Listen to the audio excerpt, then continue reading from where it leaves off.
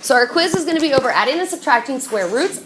I highly recommend that you have your note sheets out. That way if you get stuck today, you can refer to those notes on your quiz.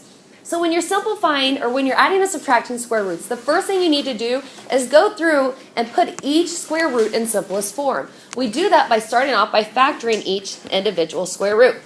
So what are two factors for 45? 5 and 9. Okay, for 9.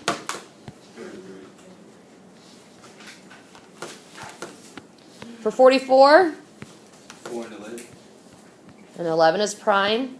For 4? 2 and 2. For 4? 2 and 2. For 99? 9 and 11. And 9? 2 and 2.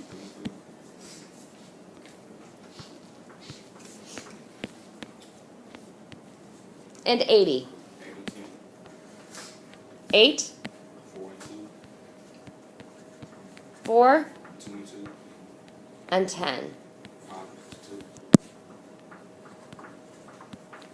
Okay. And then I'm going to come down and I'm going to write each square root's prime numbers under the square root sign. So for the square root of 45, what are my prime numbers here? Somebody besides Darius. Keep going, Ayance. Wait, what do I bring down after that?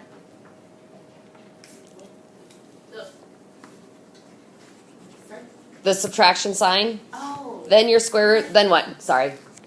2 times 2 times 11 And then your operation sign. plus Okay. Square root. Prime numbers. 2 times 2. Operation sign. Bring down 9. And okay. Square root sign. 3 Prime. times 3 times 11. Bring down your plus. And 2 times 2 times 2 times 2 times 5. Good. All right, Imagine, now what? So I'm going to go through. I'm going to circle all my pairs.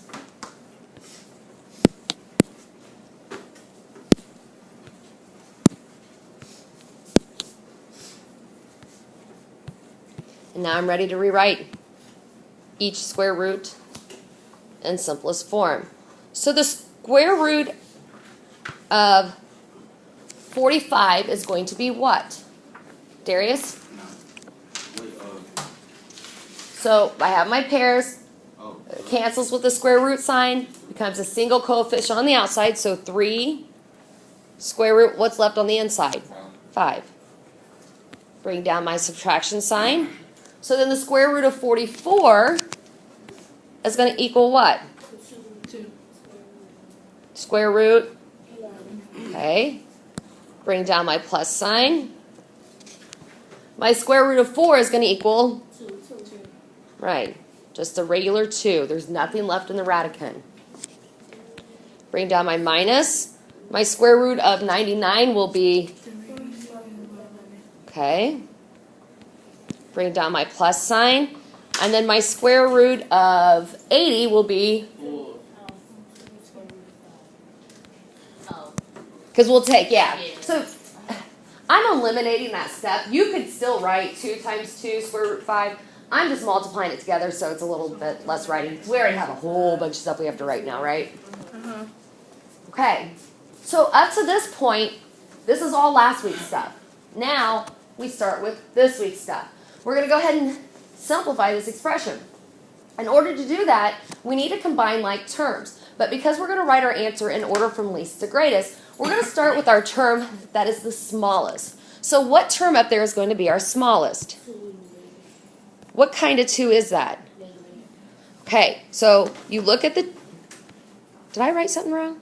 What kind of 2 is that? Just a regular 2. Okay, I think... I need to check my opener key. I think I wrote something down wrong. Okay, so 2. So since there's a lot of numbers here, I'm just going to kind of cross that so I know I'm finished with Oh, that. I was looking at the other 2 right there on the side. And then it's because it's negative.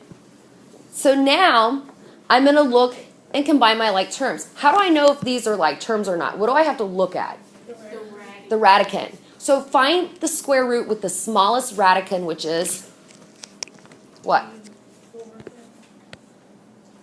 Say, oh, you're saying the coefficients. So the coefficient 3 square root 5 and positive 4 square root 5. So now we're going to go ahead and combine those coefficients. So it's saying 3 plus 4, which is 7. So it's going to be a positive or a plus 7. Square root, what's my radicand? 5. Okay. Then what's my next like term? You got 11, and then negative 3 square root. Okay. So again, I'm going to combine my coefficients. So this is a negative 2. So negative 2 minus 3. Negative 5. Square root what? 11. And that's your final answer. Excuse me.